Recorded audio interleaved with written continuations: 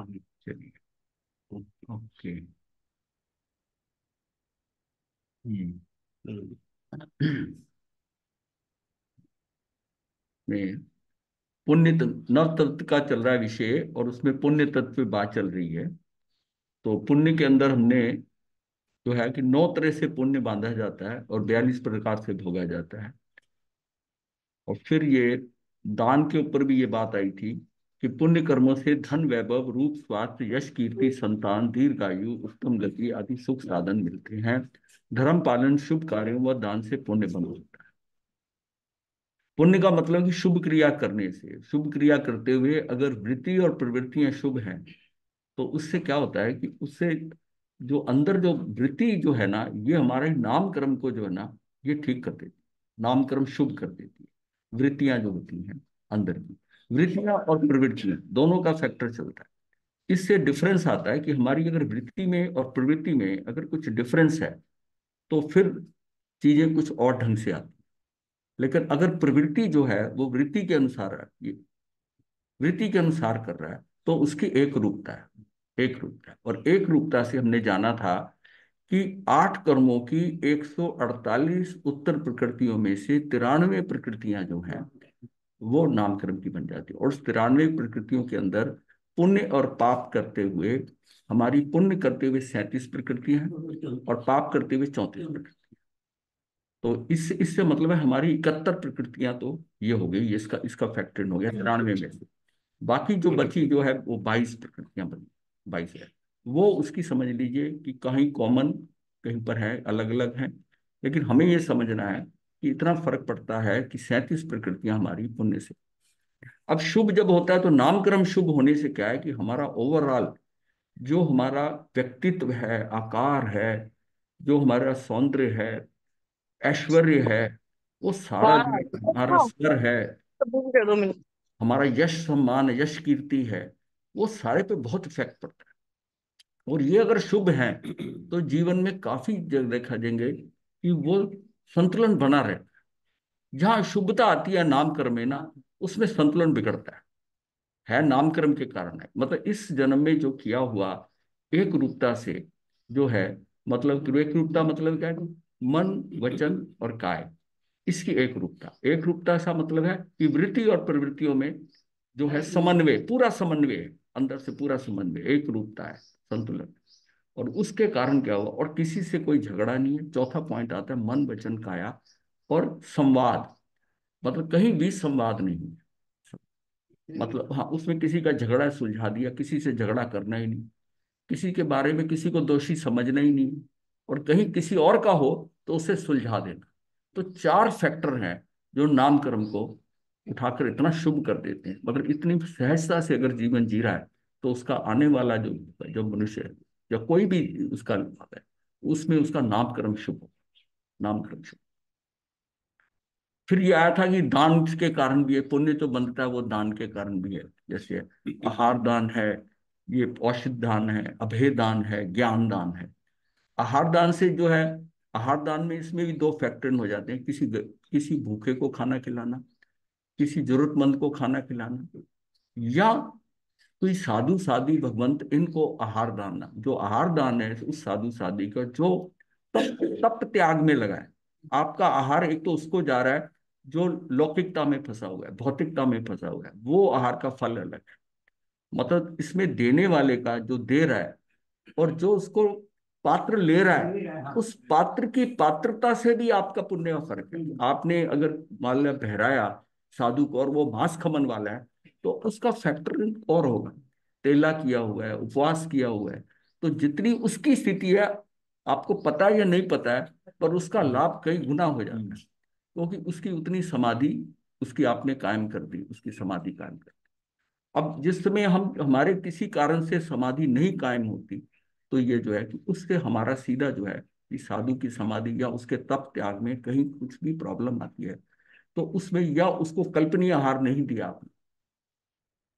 अब कल्पनीय दिया है तो उसमें कुछ कारण होना चाहिए, कारणवश है। और विवेक से देना है, विवेक से देना। अगर मतलब आपने कहा कि नहीं ये महाराज ये बहुत स्वाद है, ये मेरे भाई ने बम्बई से भेजा है, ये ऐसा करके भेजा है, खाओगे तो ये बहुत अच्छा बड़ा स्वाद है, वो वहां पर नहीं। वो जो आहार है ना, उस भाव से दिया हुआ आहार सही आहार नहीं। उसका देने का भाव आहार दान करते हुए कि इनके ज्ञान संयम तप इसके अंदर जो है वृद्धि हो रही है। अहो भाव है मेरा कि ऐसे जो मैं तो नहीं तप कर रहे, लेकिन इनके तप के अंदर मेरा सहयोग हो रहा है, सहयोग हो रहा है। तो उससे उस जीव की अपनी समाधि का योग बनता है, मतलब आगे भविष्य में उसको, हाँ, क्योंकि हाँ मतलब खुद नहीं कर रहे तो, लेकिन जो कर रहा है उसको सहयोग देने से, तो इसका मतलब आहार दान में सुपात्रदान। अब जैसे घरों में लोग हैं, कोई भिखारी भी आते हैं और भिखारी को एक रोटी दे देते हैं, मान लीजिए चलो भिखारी के लिए। कुछ लोग होता है कि एक रोटी रखते हैं भिखारी के लिए, एक आध गाय के लिए, चिड़िया के लिए रखा होता है, और भिखारी को एक रोटी दी। उसने क्या करा, उसकी एक्सपेक्टेशन दो की होगी चाहे, लेकिन आपने एक दी। साधु को जो है, साधु को आपने वही रोटी, जो मतलब समझो, मतलब वही रोटी, मतलब उसी तरह वो आता है तो साधु को भी देते हो, वो जिस अहोभाव से देते हो, वो आपको कुछ ये नहीं कहता कि तेरी उम्र लंबी हो, ऐसा कुछ नहीं देता। वो उसको आहार को बढ़ेगा, क्योंकि साधु ये नहीं बोलेगा कि आपका धन्यवाद आपने रोटी दे दी, ऐसा नहीं कहेगा। तो उस वो भोजन का लाभ अलग है।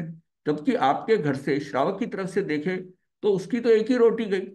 वो तो ये समझता है कि मैंने गरीब आदमी को दी, ये भूखे को दी रोटी, भिखारी को दी और साधु को दी, उसकी तरफ से तो एक ही हो गया। नहीं, दोनों का जो परिणाम है वो अलग अलग है, बहुत फर्क हो सकता है परिणाम देने का। हाँ, देने वाले यहाँ वो एक है तो साधु साधु महाराज ये भी कहते हैं आधी दे दो उसको अपने साथ में बांट के, और वहां ये होता है कि हम ज्यादा से ज्यादा ली, ज्यादा से ज्यादा ली।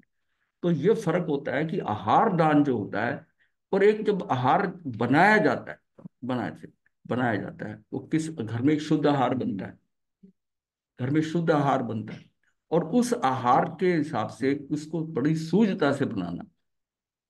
हमारे यहाँ तो खैर नहीं है कि कोई आहार पर्टिकुलरली बनाया जाता है, लेकिन दिगंबर संतों के उनके लिए चौका लगता है, और उसमें चौका लगता है तो उसमें सारे मसाले, सब कुछ, पानी कुएं का, सारी चीजों का इतनी शुद्धता का ध्यान रखा जाता है कि भोजन बनाए। हाँ, उनके तो अपने यहाँ तो यह है कि हमारे डक से आहार नहीं बन रहा, ये इस साथ जो ले रहे हैं, लेकिन उनके केस में क्या है कि उनको शुद्ध से शुद्ध आहार देना, फिर उनकी जैसी अवस्था है, शारीरिक अवस्था, उसके हिसाब से आहार चेंज करना।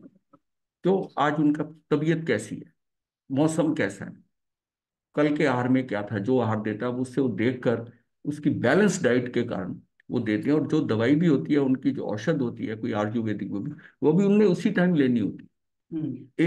एक ही बार में आहार होता है। तो एक श्रावक को, उसको श्रावक श्राविका जो इकट्ठे होती है, कितना ध्यान रखना पड़ता है उनके, और कैसे गिरे नहीं गिरे तो उसको कैसे उसको समेटना है सारा। और क्योंकि वो आहार खड़े खड़े करते हैं, करपात्री होते हैं, उस समय क्या है कि वो जो क्रिया के अंदर उनके भाव होते हैं, आते लगते हैं, उस भावों से, एक आया कि साधु है महाराज आए, उन्होंने पात्रा खोला, आपने एक रोटी डाली, गए, फ्री हो गया। और एक है कि वो जितनी देर उनको आहार करा रहे हैं, उस अहोभाव से एक एक आदमी। तो मैं उसका डिफरेंस बता रहा हूँ कि देने का, भोजन कराने का और भोजन देने का क्या डिफरेंस डिफरेंस है। देने का अगर नौकरों से दिलवाते खुद नहीं देते। नहीं नहीं, वो हाँ, कई कई जगह है, कई जगह है। वो आजकल जो जो कुछ मतलब लाइन से अबव चले गए, हायर लेवल पे चले गए, मैं तो जिनके दोबारा गया नहीं कुक्स हैं, नहीं सब सबके साथ गुजरती है ये तो, ये बात। तो ये ऐसा, ये हम ये भी नहीं कह सकते, अगर ये हम कहते हैं ना तो ये आक्षेप कर रहे हैं हम, नहीं ये बनता नहीं अपना कहना। हाँ होता है, पता है। भाव नहीं है ना, नहीं देख के भी नहीं, नहीं, भाव हम नहीं आता। नहीं, हमने ये बात नहीं कहनी, पब्लिकली नहीं कहनी, पब्लिकली। हाँ हाँ हाँ। साधु के प्रभाव से सब तरफ आ रहा है। तो ये हमारे आहार दान के अंदर साधु के आहार का, जितना आप बैलेंस्ड और अच्छा आहार और शुद्ध सात्विक आहार देंगे और अहोभाव से देंगे, उसके देने में फर्क हो जाए, किस सहजता से दे रहे हैं आहार दान। आपने जहां भी शास्त्रों में पढ़ा होगा कि उनको पता चला तो जैसे, तो वो 7 8 कदम बाहर जाकर उनको गंदन करके लेके आना, आहार देना, और फिर छोड़ने जाना। अब वो चीजें आज तक, क्योंकि लोगों ने शास्त्र सुनने बंद कर दिए हैं, तो है, तो महाराज अंदर तक चले गए वो करके, कोई लेने बाहर नहीं है। बच्चे अगर कमरों में बैठे हैं, वो अपना बैठे हैं, उनका अपना टीवी चल रहा है, प्रोग्राम चल रहा है, और घर की जो सबसे बड़ी है या कोई एक है, वो लेडी आकर आहार दे देगी, ठीक है। अब वो है कि उस समय क्या है कि आहार एक दे रहे हैं, उसको पूरे परिवार को लाभ हो। तो हमने देखा था कि पहले जो बचपन में हम थे, सबको बुलाया जाता था, और बुलाया जाता था। और सब बच्चे भी, हम छोटे होते थे ना, वंदन करो वंदन करो हाथ। तो उस प्रक्रिया के अंदर थोड़ा समय लगता था, आहार में जल्दी नहीं होती थी। और यहाँ आया कि महाराज आए, उसमें कहा महाराज पहले मतलब कई बार तो डिसाइड किया होता है कि महाराज आएंगे, और बोल भी देते हैं कि महाराज अगर आते हैं तो उनको देखो, ये जो बात कर रहे हैं वो होती है, ये नहीं है कि नहीं होती है। इसी तरह औषधि दान है। औषधि दान में आवश्यकता पड़ने पर साधु साध्वी भगवंतों, समाज के जरूरतमंद सहधर्मी भाई बहनों को औषधि का दान करना, तो उनकी चिकित्सा करना, चिकित्सा करना, ये औषधि का दान हो गया। अभय दान जो है, भयभीत प्राणियों को निर्भय करना, मरते हुए प्राणी की रक्षा करना। भयभीत प्राणी कौन से होते हैं? जैसे फल है, फल ट्रे में रखे हैं, उसके ऊपर ही चाकू रख दिया, भयभीत। ये मत समझिए कि उसको नहीं पता कुछ होता है चाकू का। जिसमें बूचड़ खाने के अंदर वो गाय को या उनको लेके जाते हैं, वो ट्रक में चढ़ा रहे होते हैं, वो चढ़ती नहीं है, उनको पता है। और जिस समय वहां पर बूचड़ खाने के पास जाकर उनको स्मेल भी आ जाती है, पता भी चल जाता है जानवर की आवाज आ रही है, और वो ट्रक से उतरना नहीं चाहती, उनको पता है उतरना नहीं चाहती। ये देखिए जानवर की ऐसी नहीं है, जानवर की भी इतनी सेंसिटिव होती है, और समझते हैं सारे कि कैसा है। तो ये सारी औषधि दान का है। मतलब जानवर को भी सारी समझ होती है। एक एक बकरी की, जिसकी की टांग पे चोट लगी, टांग थोड़ी टूट गई, वो एक झरने के पास जाती थी, और झरने के पास अपनी टांग ऐसा करके, और पानी उस झरने का गिरता था, और करके तो वो करती थी। तो हमें समझ नहीं आती थी कि पानी से क्यों कर रही है, मतलब बताया गया था कि ऐसे ऐसे करती थी। अब क्या है, अब जब डॉक्टर हमें कहते हैं कोल्ड पैक लगाओ, कोल्ड पैक लगाओ, हम समझते थे गर्म पानी का सेक देना है। अब वो कहते हैं कि यहाँ अगर चोट लगी कुछ है तो उस पर कोल्ड पैक लगाओ। और वो पहाड़ में वो बकरी उसको ये समझती है कि ठंडा पानी। देखिए यहाँ तक है। नेवले की और सांप की लड़ाई होती है, और नॉर्मल ब्यूटी होती है, उसको पता बूटी, वो पहले तो बूटी ढूंढ के अपनी बिल में रखता है, नहीं तो उसको पता होता है बूटी यहाँ लगी। सांप के, जब सांप उसके मारता है तो नेवले के ऊपर चोट लगती है, नेवले की शक्तिहीन होती है, वो अंदर जाकर उसी टाइम भाग जाएगा, वो बूटी सूंघ के आएगा नॉर्वेल की, और फिर आगे लड़ेगा। अच्छा, को अपनी ताकत को रिकूप कर रहा है, वो डाले जा रहा है, बार बार सांप कर रहा है, इतने में सांप थक जाता है। अगर ये सांप जो है वो 6-7 ऑपरेशन ऐसे हो गए, वो जैसे ही उसको कमजोर लगता है वो बूटी सूंघ के आता है नॉर्वेल की, और उसको उसको उसने ढूंढी हुई होती है बूटी, और फिर उसमें आकर वो जो है उसको, मतलब है, सांप जब थक जाता है तो नेवला फिर एक एक बार आता है कि नेवला उसे दबोच लेता है, उसे दबोच लेता है।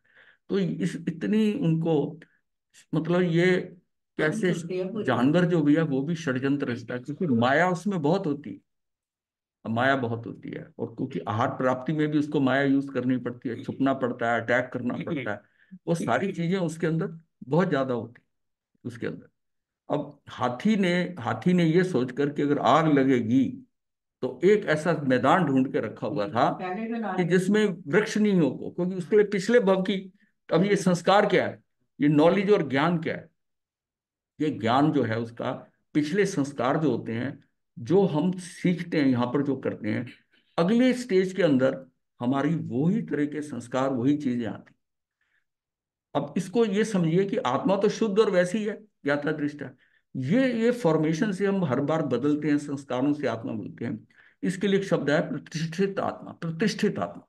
वो प्रतिष्ठा किस किस की, कि जिस जिस की चीजों को सोचकर हमने उसके प्रति प्रतिबंध कर लिया कि ये खराब है, ऐसा नहीं होना चाहिए, ये जीवन में नहीं करना है। हम, हाथी क्योंकि झुलस गया था पिछले जन्म की आग से, तो उसके अंदर ये बंद पड़ा हुआ था, और इस जन्म में आकर जो है उसने पूरा एरिया के अंदर कोई पेड़ वाली वो जगह ढूंढ के रखी हुई थी।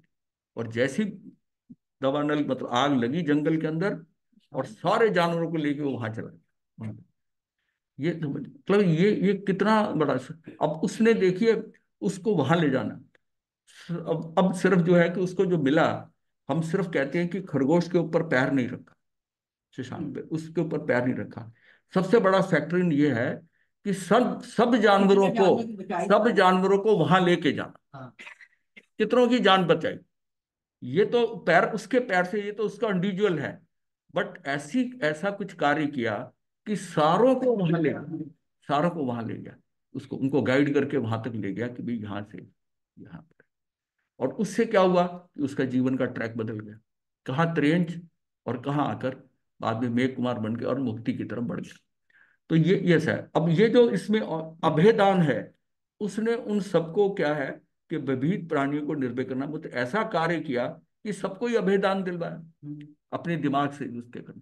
क्यों? उसके पिछले जन्म के संस्कार पड़े हुए थे उसके अंदर, कि अगर हम ऐसा ध्यान नहीं रखेंगे तो पेड़ों में जब आग लगेगी तो फैलती जाती है, फिर कहाँ तक दौड़ेंगे? तो आग तो उससे ज्यादा स्पीड पे दौड़ती है। तो ऐसा एरिया हो जहां पर कोई पेड़ ही ना हो, ताकि वहां आग सुरक्षित हो जाएंगे, वहां तक आग पहुंच नहीं पाए।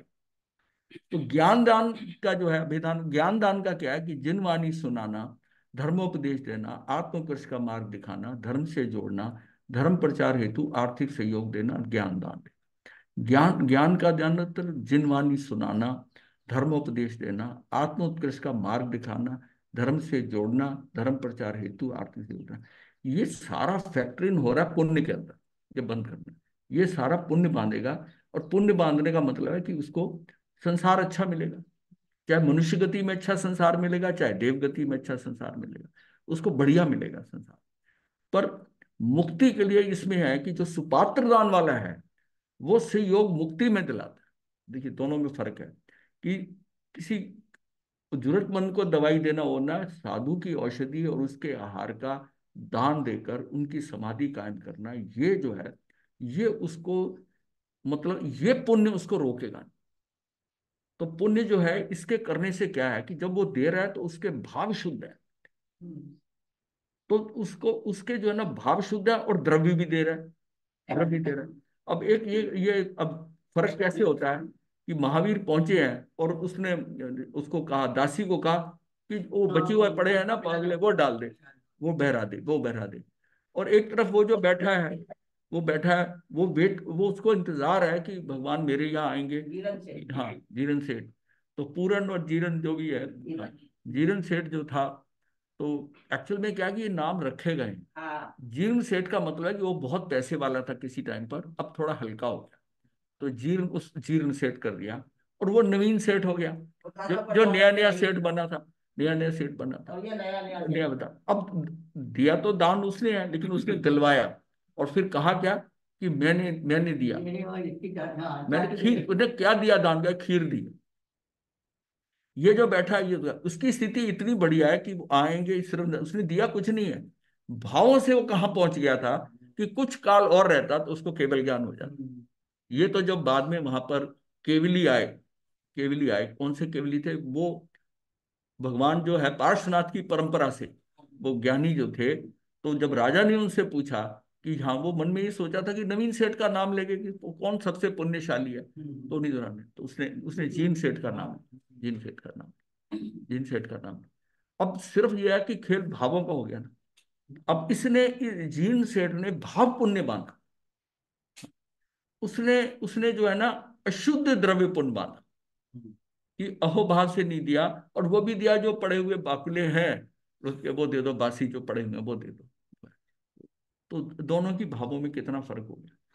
हाँ, ये खेल सारा भावों का है, और भाव हमारे जो हैं वो हमारी हमारी वृत्तियों से, और वृत्तियां सही हैं तो प्रवृत्तियां सही। ये दोनों का बैलेंस होना चाहिए, वृत्तियों का, प्रवृत्ति। अब इसमें ये, इसको हम बात इसलिए कर रहे हैं वृत्तियों प्रवृत्तियों की, कि दूसरे लोगों की निंदा करना, उनके गुणों की प्रशंसा करने से भी पुण्य बंद होता है। भोजन जूठा ना डालना, पानी का दुरुपयोग ना करना, पानी का दुरुपयोग करना होगा, दुरुपयोग ना करना, ठीक है। एवं रात्रि भोजन त्याग से पाप से बचता है, पुण्य का बंध होता है। सुपात्र दान का अति महत्व है, क्योंकि भविष्य में मुक्ति में सहायक होता है। यदि मुक्ति का अर्थात मोक्ष का लक्ष्य नहीं हुआ तो पुण्य कर्मों में यथा योग संलग्न होना ही उचित है। परंतु मुमुक्षु को पुण्य से भी बचना है, लेकिन दूसरों के प्रति अनुकंपा भाव बनाए रखना, मतलब ये अनुकंपा भाव नहीं छोड़ना, क्योंकि अनुकंपा भाव हमारा बहुत बड़ा लक्षण है, अनुकंपा भाव। अब अब पुण्य के दो भेद हैं, पुण्य अनुबंधी पुण्य और पाप अनुबंधी पुण्य, दो तरह के पुण्य। पुण्य का मतलब क्या उदय में आया, तो इसको इसको समझना ऐसा है कि पुण्य अनुबंधी पुण्य और पाप पुण्य के उदय में, पुण्य के उदय में पुण्य का ही अनुबंध करना। जो जो पास्ट वाला है वो पीछे है, मतलब इसको समझने के लिए पुण्य का अनुबंध करना, और पुण्य पहले भी पुण्यशाली है। अब यह कि पुण्य का उदय हुआ और अनुबंध पाप का किया, तो होगा पापानुबंधी पुण्य। पापानुबंधी पुण्य। तो पुण्य अनुबंधी पुण्य और पापानुबंधी, इसमें फर्क इसलिए, दोनों में फर्क क्यों पड़ गया कि पुण्य अनुबंधी पुण्य के अंदर वृत्ति और प्रवृत्ति, प्रवृत्ति के साथ अंदर की वृत्तियां अंदर की होती हैं, वृत्तियां उसकी वही थी, सेम थी। तो इसका मतलब वो बाहर से भी जैसा है वैसे ही अंदर से है। अहोभाव भी है उसका, अंदर से भी अहोभाव हो रहा है कि ऐसा मौका मुझे बार बार मिले और मिले। और ये अगर मान लिया दाम देते हुए कि ये कहना कि मतलब ये है कि महाराज आ जाते हैं आधी रोटी ली है क्या है, बात बता रहा हूँ प्रैक्टिकल जो है। महाराज चाहे 4 दिन बाद आओ, रोटी 2 लो कम से कम लेगा ये, हम सोचते हैं गोष्ठी क्या है, आधी रोटी ली। अरे तू जितनी बार आ रहे तेरे को क्या जाता है, तेरे को क्या जाता है। तू आधी देर मांग रहे हैं तो आधी देर, कल को फिर आएंगे 4। तू क्यों समझता है 4 बार की जो उसको और 2 रोटी देना 1 बार में, दोनों में बड़ा फर्क है। ये सारा मैथमेटिक्स वाली बात नहीं है। अरे उसको ये लग रहा है कि गुरु, पहले तो ये होते थे कि महाराज आते थे ना घर में तो सबको ही बुला लेते, फिर महाराज ये तो चरण डाल दो, ये तो इतना अहोभाव होता था। आजकल तो सब कमरे में सो रहे होते हैं, कुछ जाग रहे होते हैं, कोई टीवी देख रहे होते हैं। तो उसमें क्या कि साधु का मार्ग सीधा किचन तक हो, कुछ नहीं भरा नहीं। और अब तो कई बार है कि वो टेबल पे ही बाहर रखा होता है, वो बाहर। हाँ।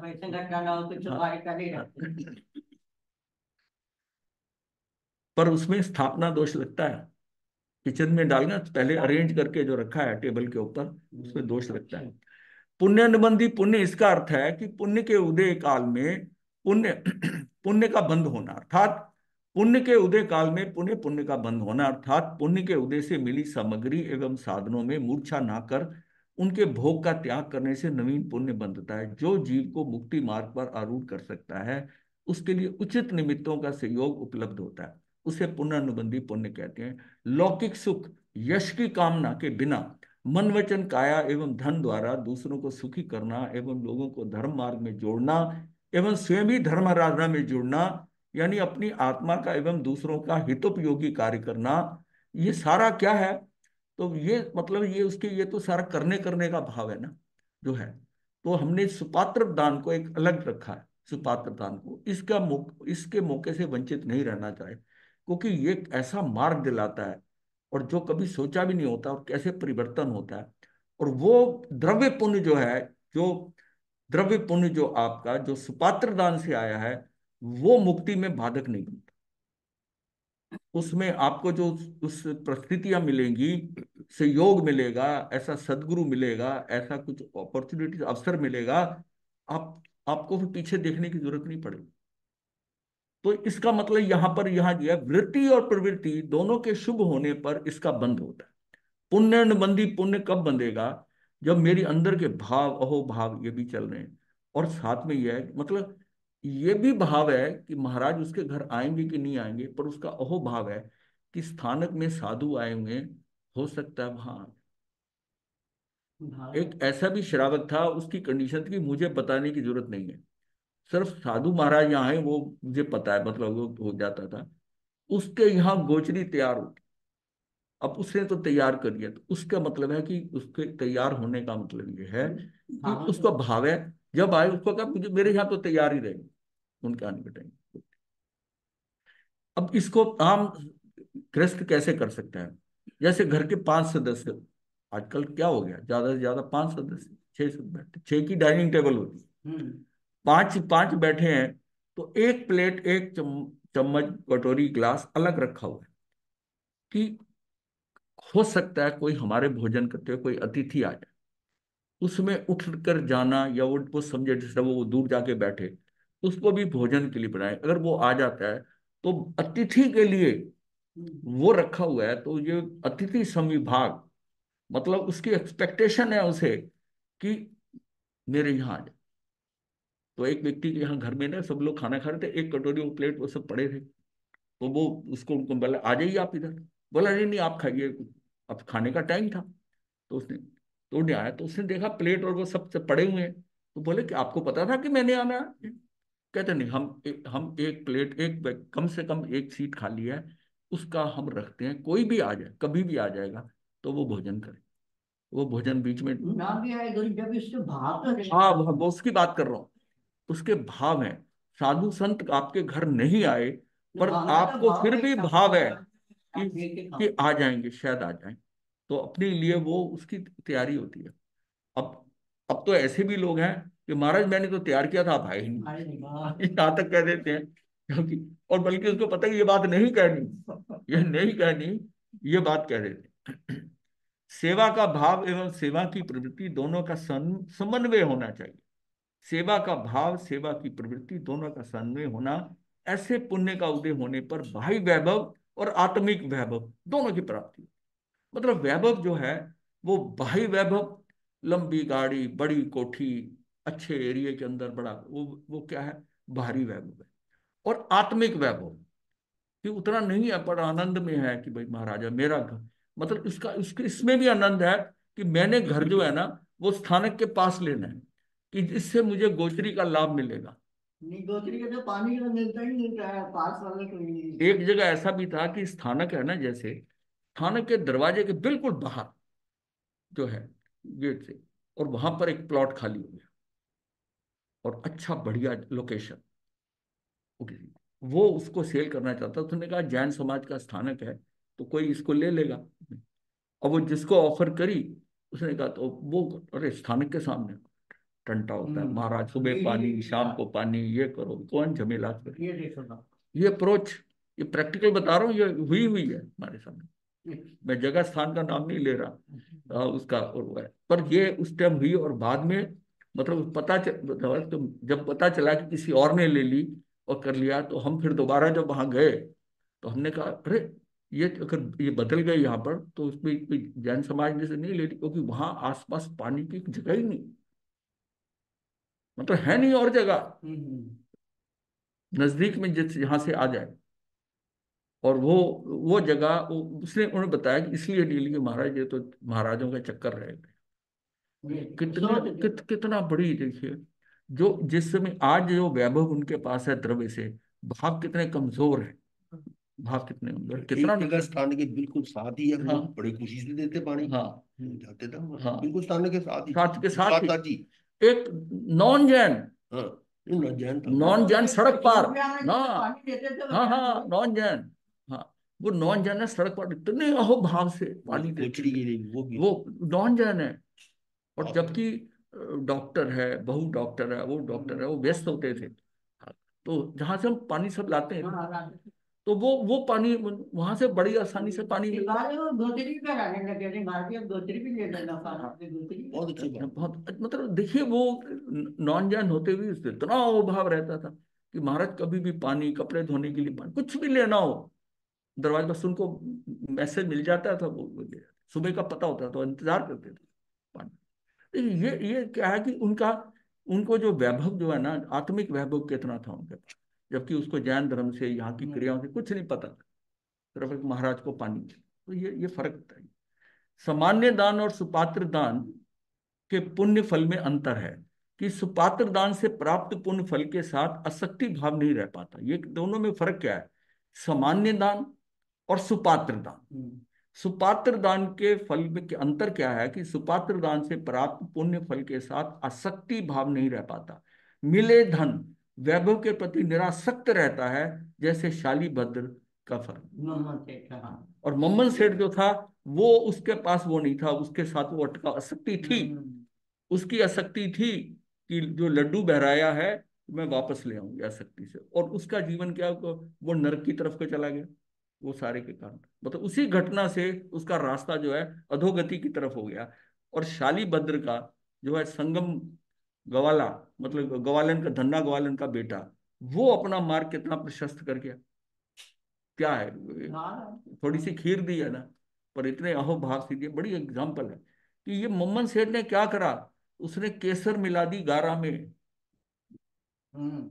देकर मांगने चला गया तो केसर मिला दी गारा में, केसर हाथ में आया हुआ था वो गारे में मिला ये दी। वो इकट्ठे ही दिखा देंगे पाप तत्व के कारण ने, एक बार ही पढ़ना।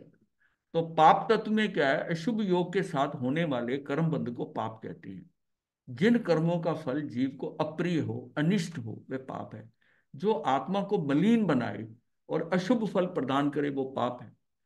स्थानक सूत्र के ये जो है स्थानिक सूत्र में जो है 18 प्रकार के पाप के हैं, ये सब जानते हैं प्रणतिपात। ये सारा जो है ये इसका पेशून्य, पर प्रवाद, रति अरति, माया, मृषावाद और मिथ्या दर्शन, शल्य, इन 18 पाप स्थानकों के कारण बंधे हुए अशुभ कर्मों के उदय से जीव को 82 प्रकार के दुख भोगने पड़ते हैं।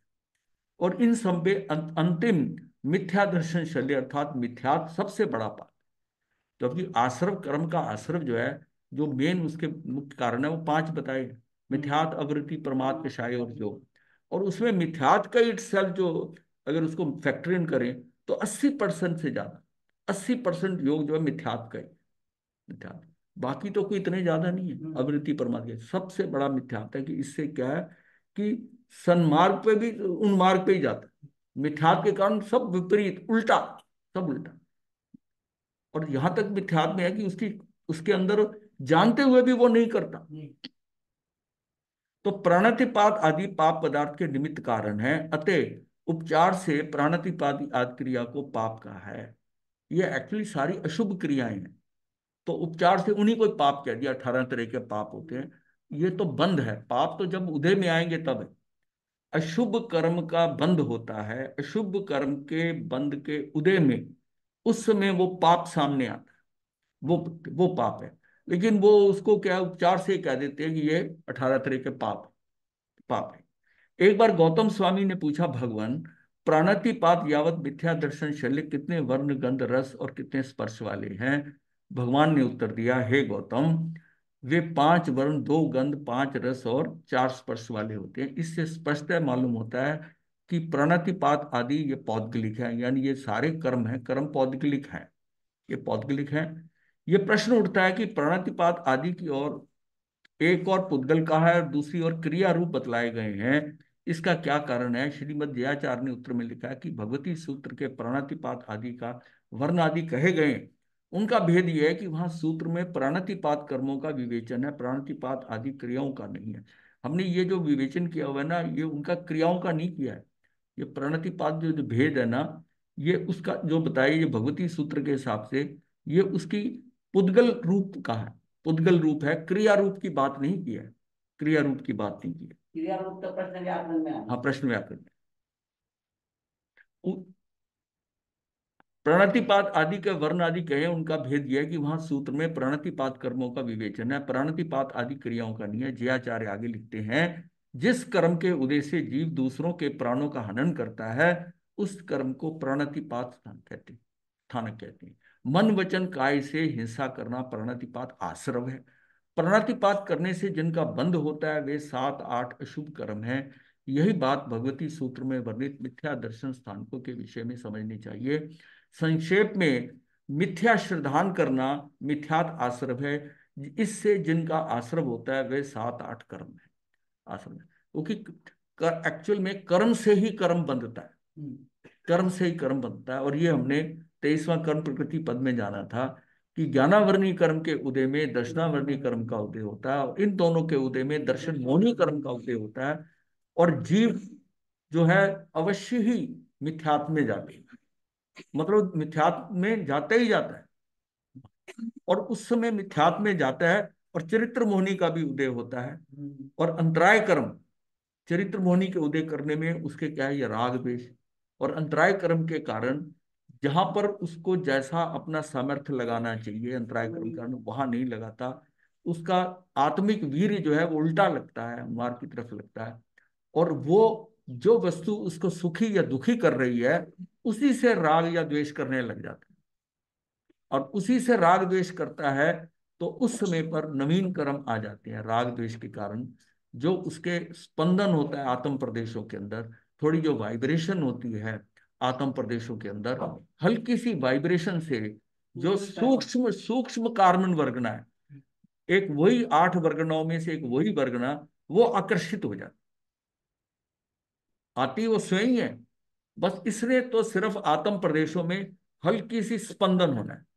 उस स्पंदन की जितना तेज स्पंदन होगा, उतने उतने ज्यादा आएंगे। तो क्या, जितना हल्का स्पंदन होगा आत्म प्रदेशों में आएंगे, लेकिन इसकी वाइब्रेशन से वो आ जाए। अब ये इसको समझने के लिए कि जब हमारा स्पंदन होता है तो एक किस्म से जैविक मैग्नेट बन गया, चुंबक बन गया। और जैसे अब जानता तो वो जो लोहे के टुकड़े हैं वो भी नहीं जानते, और मैग्नेट भी जड़ है, वो भी जड़ है। निकल जाते हैं। लेकिन मैग्नेट के होने से वो जो मैग्नेट की साथ में वो जो उसकी किरणें निकल रही हैं, जो बाहर उसकी जो मैग्नेटाइज हुआ हुआ है, उसके कारण जो उसका पोल बने, उसके प्रभाव में आकर वो भागा दे। जितना मैग्नेट स्ट्रांग होगा उतना बड़े से बड़ा लोहे का टुकड़ा आ जाएगा, और जितना मैग्नेट हल्का होगा उतने बहुत हल्के हल्के महीन पार्टिकल आएंगे, संख्या भी कम आएगी। तो ये एक किस्म से जब हमारे अंदर वाइब्रेशन होती है, तो एक किस्म से ये समझिए कि वो एक जैविक मैग्नेट तैयार हो, जैविक मैग्नेट तैयार, और उसमें आकर वो बस उसको नहीं पता कुछ है, वो चीजें आके लग जाएंगी, जैसे चुंबक से आके लोहा लग गया, लोहा। तो ये इस तरह आकर वो कर्म जो आके लगती है। अब वो ये अंदर हो रहा है, और कर्म जो है ये आत्मा में तो स्पर्श गुण है नहीं। तो ये जो जो कर्म कार्बन वर्ग ना आई, ये जो एग्जिस्टिंग कर्म है, जो जिसका उदय है उसमें आके लगते हैं, ये कर्म के साथ बंधते हैं। पर ये दोनों इतने दोनों हैं, जितना हमारे आत्म प्रदेश सेंसिटिव है उतने ही कार्बन वर्गना के सेंसिटिव है वो कर्म कर्म के। अब जिसमें वो आगे लगते हैं तो तब ये भी प्रभावित होता है। तो इस द्रव्य कर्म से मेरे भाव कर्म होते हैं, और मैं उन भावों में जब जब कर्म का उदय आता है, उसी कर्म का जो बंधा था वो अपने टाइम पे अपनी स्थिति पे हटता है, तो उसके हटने से, उसके हटने की वाइब्रेशन से मैं प्रभावित हो रहा हूं, मेरे भाव कर्म उठ रहे हैं। तो ये तो खेल चल रहा है। पुराने कर्मों से, पुराने कर्मों के हटने से वहां पर उनका काल खत्म हो गया, स्थिति बंद जितना था उतना होने से, उसमें उनके हटने मात्र से मेरे भाव बदल गए। तो इसकी जो प्रॉपर्टीज है, अनुभाग है, सुख दुख का जो उसने देना है जाते जाते, एक फिजिकली हटना है, और एक मुझको सुखी या दुखी करना है। जैसे जब कषाय बंधे थे, कषाय थे, उस हिसाब से वो रिजल्ट अब मेरे पे आ रहा है। और इसी हिसाब से मैं यहाँ पर अब राग और द्वेष या कैसे हुआ मेरे के अंदर कि मेरे भाव बदले, भावों में परिवर्तन आता। हमारे जो भावों का परिवर्तन है, जो निमित्त आते हैं, निमित्त आते हैं, तो ये जो कर्म का उदय है ये भी तो एक निमित्त है। ये बाह्य निमित्त तो है कि किसी ने अपशब्द कह दिया, वो कह दिया, उससे मैं प्रभावित होता हूँ, वो तो स्थूलता प्रभावित होता हूँ। सूक्ष्मता प्रभावित कहाँ से हो रहा हूँ कि वो जो कर्म बंधे हैं मेरे साथ कार्बन वर्गना के, वो छिटक रहे हैं, उनके काल स्थिति होगी, वो छिटकते हुए जो उनके अंदर रसाणु है, जो है जिसको कहते हैं हम अनुभाग प्रतिच्छेद, वो जब हट रहे हैं ना, वो हटते हटते प्रभावित कर रहे हैं, सुख देंगे या दुख देंगे, और किस मात्रा का देंगे, ये किस इंटेंसिटी का देंगे, उतने के लिए मेरे भाव कर्म, मैं उतनी तेजी से उत्तेजित हो जाऊंगा या हल्का होऊंगा मेरे भाव कर्म के अंदर, उसका रिजल्ट मेरे भाव कर्म ले लेते हैं। ये भी इतने सेंसिटिव है। भाव कर्म ने ऐसा किया तो नवीन कर्म आके बन गए। ये खेल ही चल रहा है। तो मुझे तो अपने तो भावों, इसमें गुरु जी कर्म ही कर्म का निमित्त बन रहा है हाँ क्या? वही, हाँ यही बात है। तो कर्म ही कर्म इसलिए कहा है कि तू पुराने कर्मों को छोड़, तू उसकी परवाह मत कर, वो तेरी अज्ञानता में बंध गए हैं। तू तो अब जो है, अब कर्म जो है ना, नवीन कर्म मत बंधने दे। तूने अपना जो करना है, इसका मतलब है संवर क्या करना है। वो जो आश्रव हो रहा है पुराने कर्मों के कारण, उसके आश्रव हो रहा है, तो इसको संवर कर दे। संवर करना मतलब नवीन कर्म मत बनने दे। तेरे साथ कुछ भी हो जाए, वो गालियां दे रहा है तुझे, जैसे भगवान महावीर को इतने कष्ट दिए, वो दिए, आंखें बंद करके वो उसको सहन करते रहे, इसलिए कि मेरा नवीन कर्म ना बंद हो जाए, मेरा पहले कर्मों का स्टॉक बहुत ज्यादा है। लगते हैं ना। हाँ इस तरह से आपने फरमाया अभी हाँ हाँ सारा हाँ हाँ विषयों से हाँ कि चुंबक और लोहे का उदाहरण दिया, हाँ हाँ तो ये तो बंध के लिए हाँ ठीक बैठता है। हाँ अब जो पारस के स्पर्श से हाँ लोहा सोना बन जाता हाँ है, जी हाँ दोनों ही अजीब है, हाँ दोनों पुद्गल है। हाँ तो जिस समय उत्कृष्ट भाव बनते हैं, हाँ। तो वो उसके साथ जुड़ सकता है। नहीं, जुड़ता नहीं है। अगर उस लोहे के ऊपर जंग लगा है, जितना मर्जी पारस रख दो उसको कुछ नहीं होगा। अगर लोहा भी अपने आप में सही है। लोहा अगर सही है तो पारस से इफेक्ट आएगा ना, ये आपने होता देखा है। होता तो जितना सुना है। वही बात है। मतलब पारस का है, मतलब ये जो है ना, चुंबक वाला देखा है, वो तो प्रत्यक्ष है। एक सही आदमी, एक सद्वृत्ति का आदमी, या आपके बच्चे की कंपनी में कोई अच्छा बच्चा आ जाए, आपके बेटे पे रिजल्ट नहीं आ जाता बच्चे पे। हाँ। उसको आप कहते हो कंपनी ठीक नहीं है इसकी, बच्चा आज कर रहा है, इसके किन किन साथ जो माँ बाप ये ध्यान रखते हैं कि बच्चे की जो हरकतें बदली है, तो क्या इसका कोई साथी तो नहीं बदल गया। पूछते हैं अगर इतने दिमाग हो कि बेटा आजकल तो किसके साथ जा रहा है, वो कह नहीं एक और लड़का आया हमारे साथ, उससे आ रहा, कहते नहीं, वो तेरा पुराना वाला मित्र उसी के साथ रहना है। तो वो चेंज उन्होंने देखा उसमें, चेंज देखा। क्या देखा कि रोज आता था, बस्ता अपना ढंग से रखता था। आज वो आया, आते उसने बस्ता ऐसे बेड पे फेंक दिया, वो खराब ये बदल में क्या आया? एक उच्छृंखल प्रवृत्ति वाला बच्चा जो है, खेल कूद उछलने वाला, उसका साथ हो गया, और 2-4 दिन के अंदर उसकी बातें, फिर चीजें फेंक देनी, ऐसे रख देनी। ये हमारी वृत्तियां हैं, ये हमारे अंदर का बताती हैं। कुछ ऐसे लोग भी आते हैं यहाँ आकर किताब देखने लगते हैं, मैं बता रहा हूँ, कि वो अलमारियां खुली छोड़ जाते हैं, छठ ढक्कन खुले हुए। मैं इमेजिन कर सकता हूँ, आप ग्रस्त नहीं, मैं मुझे ज्यादा इफेक्ट तब होता है जब कोई साधु साध्वी आकर छोड़ जाए। हाँ, होता है ऐसा। यहाँ हुई है, अलमारियां बंद करनी पड़ी। बुक्स तो सारी अस्त व्यस्त कर जाती हैं। अस्त व्यस्त, मतलब उसको कितने सलीके से रखना है, हाँ। उसमें इसका मतलब उसमें सहजता है ही नहीं है। अब ये अगर हमने साधुत्व आने के बाद ये अगर नहीं सीखा, तो फिर हमने क्या सीखा? फिर क्या सीखा? इसका मतलब हमारी स्थिरता नहीं है। मतलब हम क्रियाओं में तो लगे हुए हैं, क्रिया कड़ी पाल रहे हैं, लेकिन अंदर वो चीज नहीं है कि मेरे कारण किसी को कष्ट होगा, अब उसको करना पड़ा। मतलब उससे, उसको करने में कोई दिक्कत नहीं है, लेकिन उसे पता चलता है कि कहाँ पहुंचे हैं। ये सारे एक्शंस बताते हैं हमें। चलिए, कहाँ से डाइग्रेस हो जाते हैं पापा। नेक्स्ट आ जा, पापानुबंधी पुण्य। इसका अर्थ है पुण्य के उदय काल में पाप का बंध, यानी कि पुण्य के उदय से मिली धन संपत्ति साधनों का सुख भोगते हुए नवीन पाप बांध लेना। मैं तो चार आपने मक्खी वाले उदाहरण दिए। हाँ, वो इसके बाद ना ये, हाँ, आ जाएंगे चार। तो पुण्य के उदय से मिली धन संपत्ति एवं साधनों का सुख भोगते हुए नवीन पाप बांधना। ऐसे जीवों को धन संपत्ति के संचय करने की बुद्धि होती है। अपने शरीर परिवार के मौज शौक आदि में वो धन का व्यय होता है, किंतु धर्म और परमार्थ के कार्य में धन का उपयोग नहीं होता, या बहुत कम होता है। धर्म कार्यों के प्रति भी अरुचि होने से उसमें धन का व्यर्थ होना लगता है। सम्यक मार्ग समझने की बुद्धि नहीं होती। वृत्ति अशुभ एवं प्रवृत्ति शुभ होने से बंद होता है। मतलब एग्जाम्पल देने का भाव कितना है।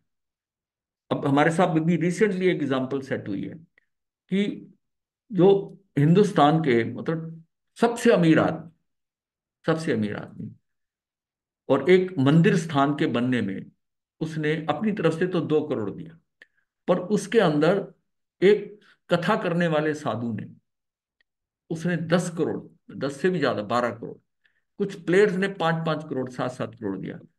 उस हिसाब से बहुत ज्यादा लोगों ने पैसे दिए हैं। मतलब मैक्सिमम रकम तो जो उसकी है, जिसने कितने दिया है, कितने किलो सोना दिया है। तो ये सारा मतलब इसको इसमें नहीं जाते, मतलब ये दिया 2 करोड़। और उसके कुछ समय बाद उसके घर फंक्शन होता है, उस फंक्शन में वो 1,000 करोड़ खर्च कर देता है। अब अवेल्युएट करिए, वैल्यूएट करो। अवेल्युएट करें। अब उसको इवेल्युएशन में उसने कितना धर्म के लिए, उसके अंदर उसके मन में कितनी जगह है, हाँ। और अपने उसमें कितनी जगह है, ये तो अभी हुई है। लौकिक व्यवहार के हाँ, लिए लौकिक कहाँ विहार के बात लिए है। कितना आता है। और एक बार महात्मा बुद्ध ने ये कहा कि दान असली वो होता है जो अपना सर्वस्व दे दे, सर्वस्व। उसको इंपॉर्टेंस है। एग्जाम्पल ये आती है कि वो सारे कुछ ना कुछ दे रहे थे दान को, लेकिन देने की वृत्ति पे जोर दिया है पुत्र, देने की वृत्ति होनी चाहिए। देव वृत्ति सबसे ज्यादा, देने की वृत्ति, अंदर देने का भाव है या नहीं है, पर भाव अंदर देने का है, देने का भाव बन रहा है। एक जगह पर गए तो वो मांग रहे थे कुछ, तो है तो एक स्त्री, बूढ़ी स्त्री वो वहां थी, उसके पास कुछ नहीं था, उसके शरीर पर एक ही कपड़ा था, एक ही चादर थी। वो एक झाड़ी में चली गई, और उसने वहां से करके वो शॉल उठाकर बाहर फेंका कि मेरी तरफ से ये ले लो। अब ये जब बताया गया, बुद्ध ने उसकी एग्जाम्पल कोट की है कि उसने सर्वस्व दे दिया। चाहे उन्होंने लौटा, उसको कहा नहीं ये मेरी जरूरत नहीं है, पर उसका भाव क्या था कि मेरे पास देने को कुछ है ही नहीं, तो मैं यही दे देती, यही दे देती। अब वो 100% वो सब दे रहा है, और ये देखिए कि किस रेशो से क्या हमारी भावधारा है, देने की भाव है। एक राजा हर्षवर्धन का भी आता है ना कुंभ के मेले में, वो अपना सर्वस्व वहां जाके दे के आता था, मतलब कि जितना भी होता था टोटल दे के आता था। है। बहुत नहीं दान देखिए, देने में तो एक उसका वर्णन आता है झगड़ू शाह का। झगड़ू शाह का आता है वर्णन। तो कितना उसने उन राजाओं महाराजों को टनों के अंदर दिया, उसने कितना लाखों टन धन इकट्ठा कर लिया, मतलब अनाज इकट्ठा कर लिया, और अकाल पड़ा तो अब उस झगड़ू शाह ने उसको। जीव रक्षा के लिए। हाँ। हाँ। और उसका लिखा था, तख्ती लिखी एक थी। अहमदाबाद का सेठ भी था हाँ। कि वो मुस्लिम सिपा सलार के कारण वो हार गए, तो कत्लेआम और लूटपाट शुरू हुई। तो वो उसने सारी कहा कि इसको रोक दे, मेरे पास जितना धन वो ले ले। हाँ, मेरे पास जितना धन ले ले। फिर उसको सारा उसका धन लेकर उसने मारकाट बंद करवा दी अहमदाबाद के अंदर। और फिर वहां के लोगों ने उसका जो वो होता था, बस बस वो जो कर होता है चुंगी, चुंगी के ऊपर जितना माल तुलता था कांटे पे, उस पे 1% उसका रख दिया भाव, ताकि ये अपना जीवन निर्वाह कर सके। खुशहाल चंद नाम, खुशहाल चंद उसका नाम था। और उसका अकबर के उसके उसके उसके बिना उसको रिटर्न दिया हुआ था स्टैंप लगा के कि इसको दान दान दिया जाए, इसको मतलब उस चुंगी के हिसाब से इसको इतना पैसा दिया जाए। क्या नाम बताया? खुशहाल चंद। खुशहाल चंद और वो झगड़ू शाह, ये दो एग्जाम्पल बड़ी इंपॉर्टेंट आती है। ये सारे भाव की बात है ना। अब उसने क्या सोचा? उसने सोचा इनको सबको लूट रहा है, इनको लूट लेगा और मुझे छोड़ेगा क्या? मुझसे तो लेगा ही लेगा, क्यों ना मैं खुद ही जाकर दे दूं, तो कह दूं कि ये बंद करे। तो उसने कहा कि बताओ तुझे कितना धन चाहिए? उसने कहा तेरे पास जितना है वो उतना ही चाहिए। उसने बैलगाड़ियां भर के सारा धन है ना उसके आगे लगा दिया, पर साथ में कहा कि तू ये मार काट रोक और लूटना लोगों को रोक। अब क्या है कि अगर लोग सारे खाली हो गए, मैं व्यापारी, इन्हीं से मैंने पैसा कमाया है, कल को मेरा बिजनेस ही नहीं चलेगा। अगर यही सारे भूखे नंगे हो गए तो मैं बिजनेस किससे करूंगा, और मेरा पैसा किस काम आएगा? ये भी लुट लुट जाना है। तो उस पैसे सोच देखिए ना कितनी है कि ये आज इनका पैसा अगर बच गया, ये लोगों का पैसा अगर बच गया, तो व्यापार फिर चल जाएगा, व्यापार फिर चल जाएगा। तो उसके बाद में उन्होंने उसका, उसने सारा धन ढेर लगा दिया उसके आगे, उसको बचाने के लिए, पूरे शहर को बचाने के लिए। अहमदाबाद की घटना है। अहमदाबाद में तवा सोम की पोल है, हाँ है। उसका भी ऐसी कहानी है। तो पुण्य अर्जित करने के लिए धन की अनिवार्यता नहीं होती। देखता है। पुण्य अर्जित करने के लिए धन की अनिवार्यता नहीं होती। धन ना हो तो मन वचन काया के माध्यम से भी पुण्य का बंध हो सकता है। भाव पुण्य तो बांध ही सकता है, द्रव्य पुण्य नहीं बांध पाएगा। और सबसे ज्यादा इंपॉर्टेंट जो है भाव पुण्य की है।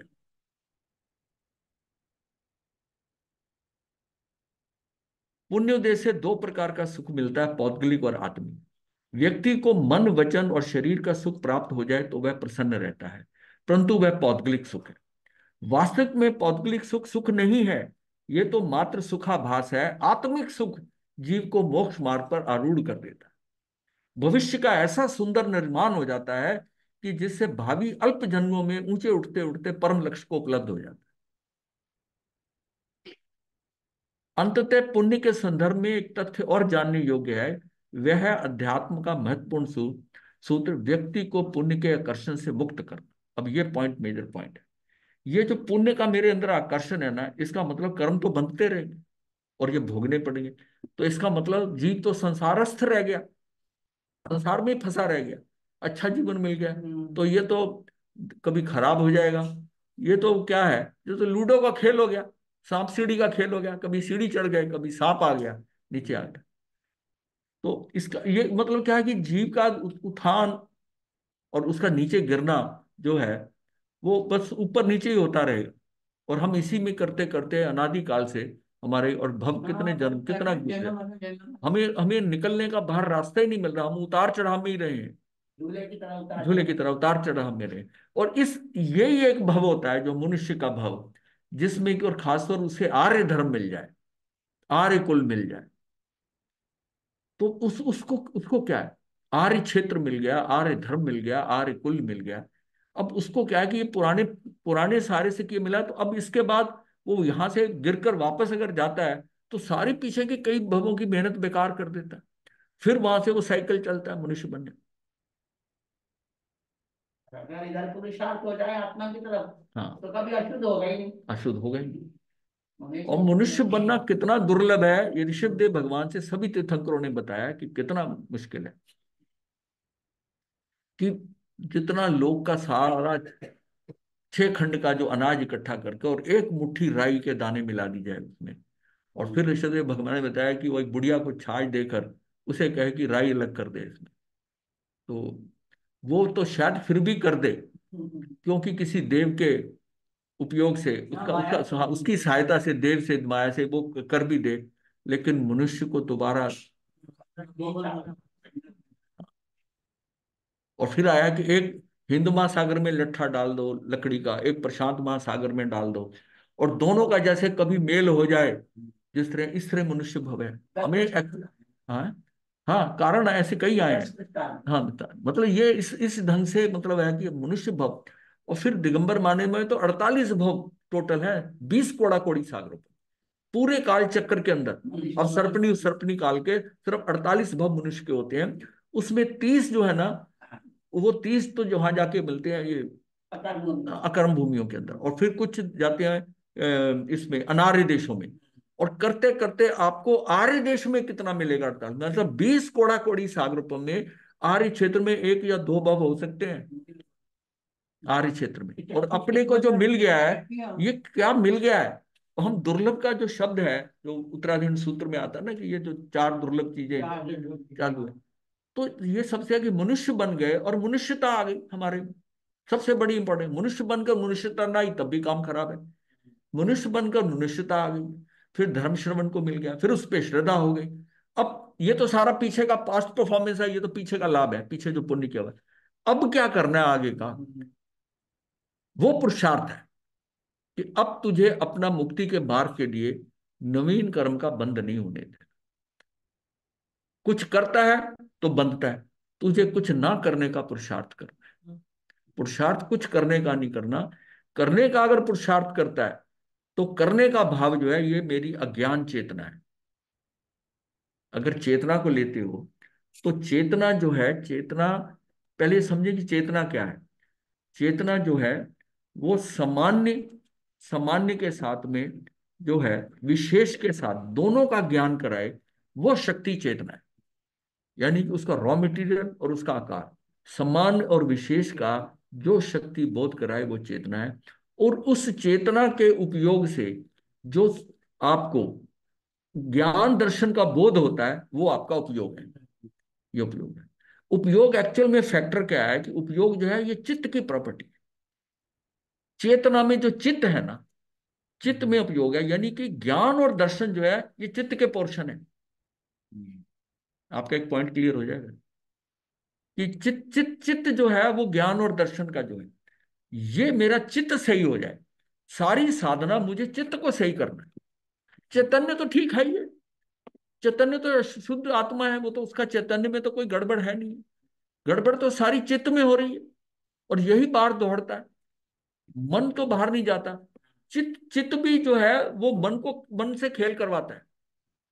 सारा खेल चित्त का है। अब चित्त मेरा, अगर चित्त अगर सही हो जाए तो हम ये कह देते हैं कि मेरी चेतना जितनी निर्मल हो जाएगी, इतनी हो जाएगी, उतना मेरे तो मेरे अंदर संज्ञाएं निकल जाए, क्रोध मान ये राग द्वेष ये सारा निकल जाए। आहार संज्ञा, भय संज्ञा, मैथुन संज्ञा, परिग्रह संज्ञा, ये सारी क्या है कि चित्त में विकार है, ये मेरे विकार हैं। और चित्त भाग बाहर दौड़ता है, भागता है, ये सारे पैंतर्स दिखाता है। चित्त में निर्मलता आने का मतलब है कि चित्त मेरा अगर सही हो जाए, चित्त पे कंट्रोल हो जाए, तो मेरी आत्मा के अंदर ये जो उतार चढ़ाव, ये जो है ना, शुद्धता होते हुए भी, तो उस आत्मा की जो प्रतिष्ठित आत्मा है, जिसमें ये अच्छा है, ये खराब है, ये ऐसा होना चाहिए, ऐसा होना चाहिए, सारा क्या है आपके चित्त को भा नहीं रहा। आप अपने हिसाब से दृष्टि, ये ऐसे नहीं है, ऐसा होना चाहिए। तो आपने ये फैक्टर इन जैसे ही करा, इसका मतलब आप इस तरह इसको करना चाहते हैं।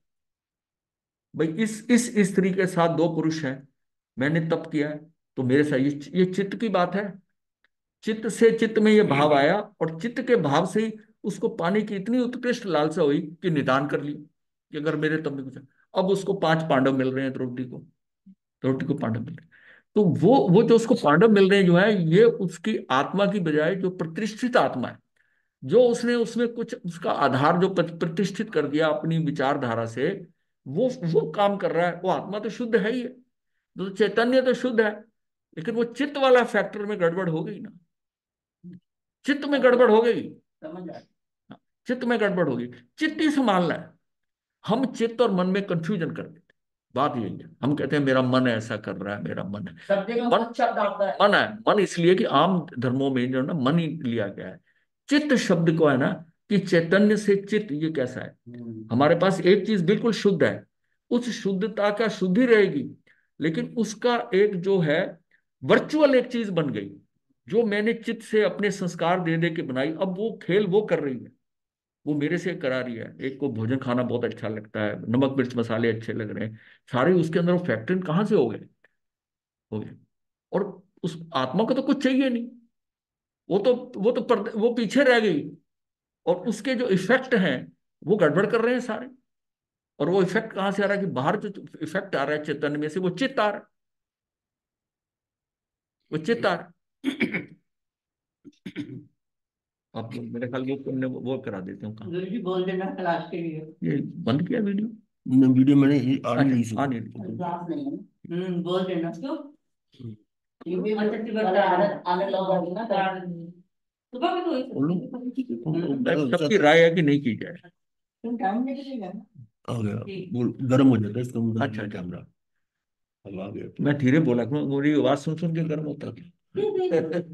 चलो। हाँ, ये जो है, ये पाप अनुबंधी पुण्य, जो पहली एग्जाम्पल थी ना, पाप अनुबंधी पुण्य, ये इसमें एग्जाम्पल दिए त्रिपष्ट वासुदेव की, जो कान के अंदर शीशा डाला गया था। त्रिपष्ट वासुदेव, ये पहले वासुदेव, और ये भगवान महावीर स्वामी का ही जीव है, पिछले पिछले भाव में।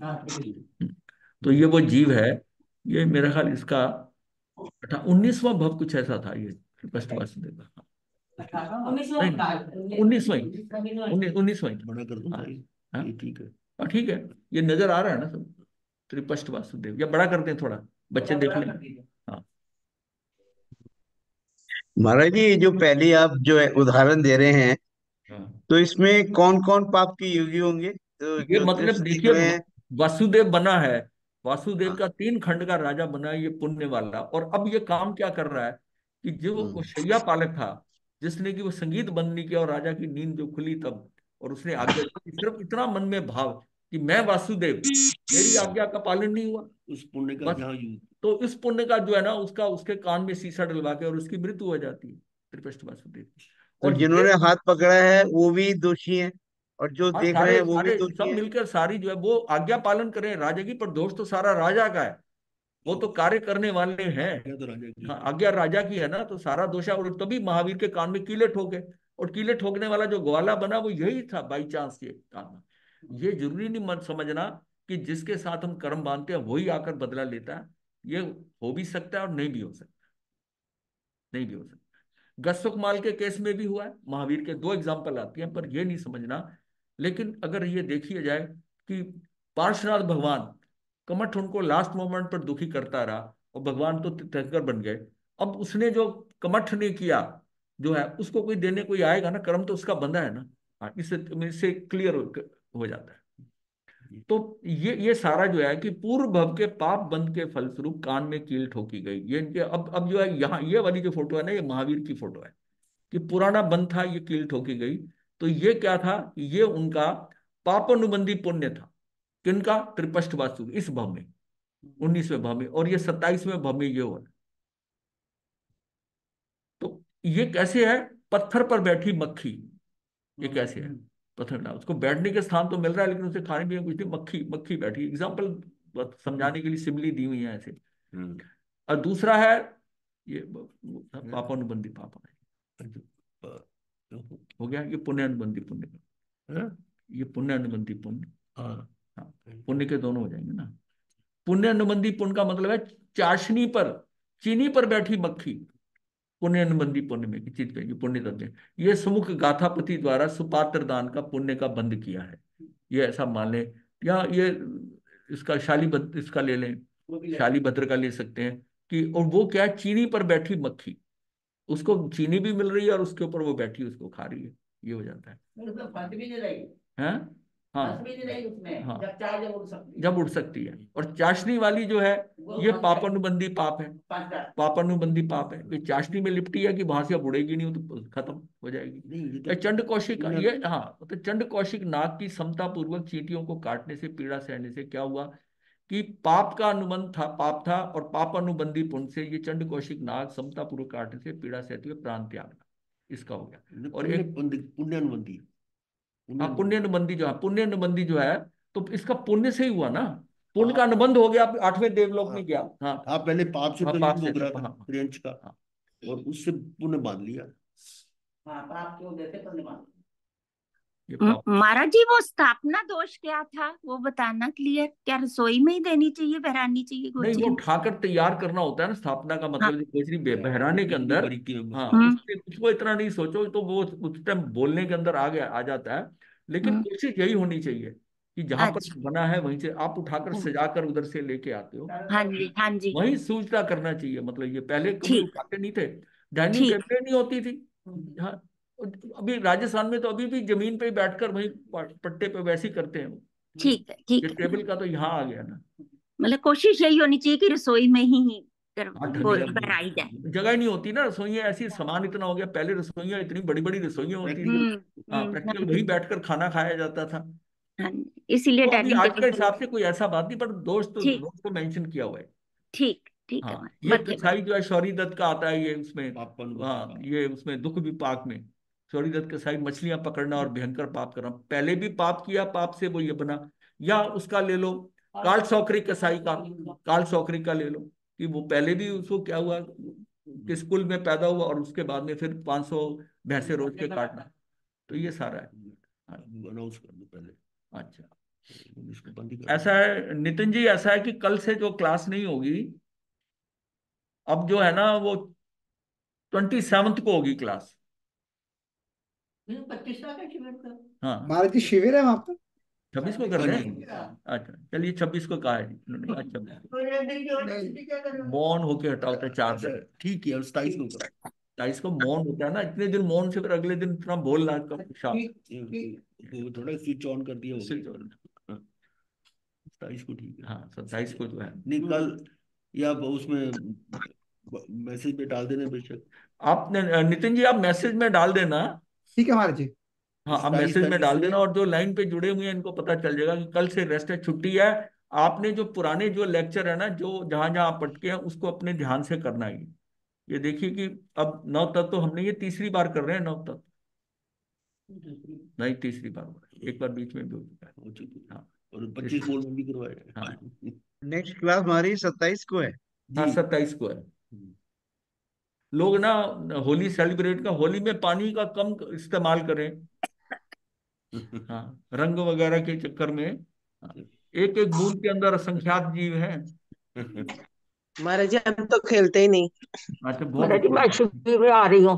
हाँ, नमो अरिहंताय नमो सिद्धानंद नमो अय्यरियाणि नमो लोय सब साधुनं नमो पाद सब पापनाशनो मंगलानं सर्वेषु परम भवै मंगलम चतारि मंगलम अरिहंताय मंगलम सिद्धाय मंगलम साधु मंगलम केवली कनसो धम्मो मंगलम चतारि लोकोत्तमा अरिहंता लोकोत्तमा सिद्धा लोकोत्तमा साहु लोकोत्तमा योनि फलतो धम्मो लोकोत्तमो चतारि शरणं प्रवज्जामि अरिहन्ते शरणं प्रवज्जामि सिद्धे शरणं प्रवज्जामि साहु शरणं प्रवज्जामि केवली सनातन धम्मं शरणं प्रवज्जामि अरिहंत जी का शरण सिद्धा जी का शरण साधुओं का शरण केवली धर्म का शरण चार शरण सुख करने मंगल करने सदा ही मंगल सदा ही। जय माता दी। जय